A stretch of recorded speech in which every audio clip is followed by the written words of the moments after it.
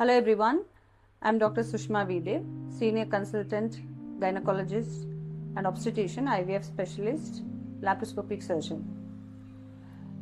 ಇವತ್ತು ನಾವು ಹೆಣ್ಮಕ್ಳಿಗೆ ಕಾಡ್ತಿರುವಂತಹ ತುಂಬ ಕಾಮನ್ ಇಶ್ಯೂ ಆದಂತಹ PCOD ಬಗ್ಗೆ ಹೆಲ್ತ್ ಟಿಪ್ಸ್ನ ನಿಮಗೆ ಕೊಡಲಿಕ್ಕೆ ನಾನು ಇಷ್ಟಪಡ್ತೀನಿ.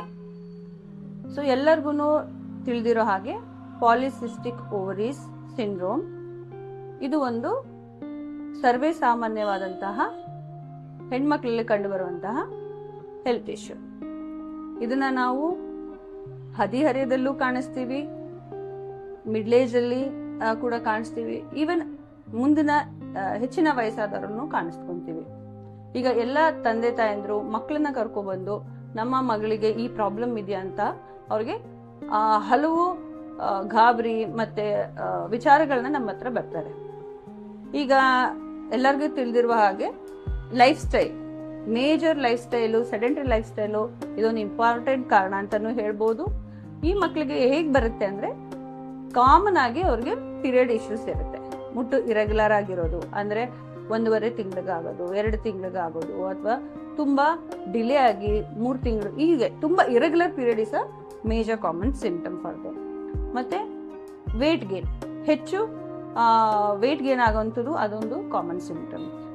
ಮತ್ತೆ ಇನ್ನೇನು ಕಾಣಿಸ್ತದೆ ಅಂದ್ರೆ ಅವ್ರಿಗೆ abnormal hair patterns. So the facial hairs ಇರ್ಬೋದು, ಬಾಡಿ ಹೇರ್ಸ್ ಇರ್ಬೋದು, ಅಥವಾ ಹೇರ್ಸ್ ಆನ್ ದ ಹ್ಯಾಂಡ್ಸ್, ಈ ಹೇರ್ ಪ್ಯಾಟರ್ನ್ ಅವ್ರಿಗೆ ಅಬ್ನಾರ್ಮಲ್ ಜಾಸ್ತಿ ಇರುತ್ತೆ compare to the normal girls. So ಇದೇ ವಿಚಾರಗಳು ಬಂದಾಗ ಸೊ ನಾವು ಈ ಹೆಣ್ಮಕ್ಳನ್ನ PCOD ಇರಬಹುದಾ ಅಂತ ನಾವು ಪರೀಕ್ಷೆಗಳನ್ನ ಮಾಡ್ತೀವಿ. ಸೊ ಬೇಸಿಕ್ ಇನ್ವೆಸ್ಟಿಗೇಷನ್ಸ್ ಬಂದು ಈ ಕಂಡೀಷನ್ಸ್ಗೆ ಅಲ್ಟ್ರಾಸೌಂಡ್ ಒಂದು ಮೇಜರ್, ಮತ್ತೆ ಹಾರ್ಮೋನ್ ಪರೀಕ್ಷೆಗಳನ್ನ ಮಾಡಿಸ್ತೀವಿ. ಇವೆಲ್ಲ ಕಂಡುಹಿಡಿದಾಗ ಪ್ರಾಬಬ್ಲಿ ಇರಬಹುದು ಒಂದು ನಾವು ಡಯಾಗ್ನೋಸಿಸ್ ಬರ್ತೀವಿ. ಈ PCOD ಎಷ್ಟು ಕಾಮನ್ ಅಂದ್ರೆ we see this in almost 1/3 of the girls. ಅಂದ್ರೆ 3 ಜನ ಹೆಣ್ಮಕ್ಳಿದ್ದಾರೆ ಅಂದ್ರೆ ಒಬ್ಬರಿಗೆ PCOD ಇರುವ ಸಾಧ್ಯತೆ ಇರುತ್ತೆ. ಸೊ ಇದ್ರ ಬಗ್ಗೆ ಎಂತ ಗಾಬರಿ ಇರುವಂತಹ ಅಥವಾ ಸೀರಿಯಸ್ ಕಂಡೀಷನ್ ಅಂತ there should no need to have a anxiety about this condition. It's almost if you take care of the lifestyle, ಈಗ ಅವರ ಚಟುವಟಿಕೆಗಳು ಮತ್ತೆ ಲೈಫ್ ಸ್ಟೈಲು, ಅವ್ರ ಡಯಟ್ ಪ್ಯಾಟರ್ನ್ಸ್ ನ ನಾವು ಮೇಜರ್ ಆಗಿ ಟಾರ್ಗೆಟ್ ಮಾಡಿದ್ರೆ ಅಲಾಂಗ್ ವಿತ್ ಮೆಡಿಕೇಶನ್ಸ್ ಅವ್ರ ಲೈಫ್ ಸ್ಟೈಲು ಮತ್ತೆ cycle patterns, the period patterns almost normal ಆಗುತ್ತೆ. ಇದನ್ನ ನಾವು ಚಿಕ್ಕ ಏಜ್ ಗ್ರೂಪ್ ಅಲ್ಲಿ ನೆಗ್ಲೆಕ್ಟ್ ಮಾಡಿದ್ರೆ ಅವ್ರಿಗೆ ಫ್ಯೂಚರ್ ಕಾಂಪ್ಲಿಕೇಶನ್ಸ್ ಆಗೋದು ಸಾಧ್ಯತೆ ಇರುತ್ತೆ. Most importantly the ovaries become resistant. So ಇದರಿಂದ ಅವ್ರಿಗೆ irregular patterns will almost become permanent for throughout her life style. ಅವರ ಪೀರಿಯಡ್ಸ್ ಇರೆಗ್ಯುಲರ್ ಆಗ್ಬೋದು. Most important concern is a fertility.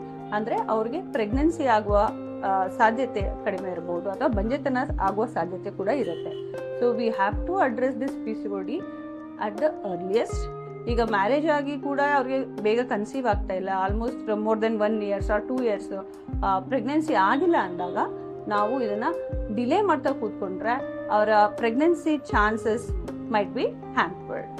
So with correct treatments ಮತ್ತೆ medications ಇಂದ ಅವರ periods cycles ಕೂಡ ನಾವು correct ಮಾಡ್ಬೋದು, ಹಾರ್ಮೋನ್ಸ್ ಕೂಡ ಕರೆಕ್ಟ್ ಆಗುತ್ತೆ, and pregnancy chances are extremely good. So ಅವ್ರ lifestyle will come back to normal. So very importantly ಈಗ ಬಂಜೆತನ ಅಂತ ಬಂದಾಗ we start with minimal medications, that is ovulation inductions ಅಂತ ಮಾಡ್ತೀವಿ. ಅಂದ್ರೆ ನಾವು ಈ ಎಗ್ ಓವ್ಯುಲೇಷನ್ ಆಗ್ಲಿಕ್ಕೆ ಅಂದ್ರೆ ಎಗ್ ರಿಲೀಸ್ ಆಗ್ಲಿಕ್ಕೆ ಅವಶ್ಯಕವಾದಂತಹ ಮೆಡಿಸಿನ್ಸ್ ಎಲ್ಲ ಕೊಟ್ಟು ನಾವು ಕಪಲ್ ಎವ್ಯಾಲ್ಯುಯೇಷನ್ಸ್, ಗಂಡ ಹೆಂಡತಿ ಇಬ್ಬರನ್ನ ಪರೀಕ್ಷೆ ಮಾಡಿ ನಾವು ಸರಿಯಾದ ರೀತಿಯ ಟ್ರೀಟ್ಮೆಂಟ್ ನ ಕೊಟ್ರೆ ಅವ್ರ conception is almost near normal. So they have A very high good reproductive productivity ಅಂತ ಹೇಳ್ತೀವಿ. ಸೊ ಇದೊಂದು ಇಂಪಾರ್ಟೆಂಟ್ ಆದ message. So major concern with the PCOD is the cycle disturbances and also the future effect on the fertility.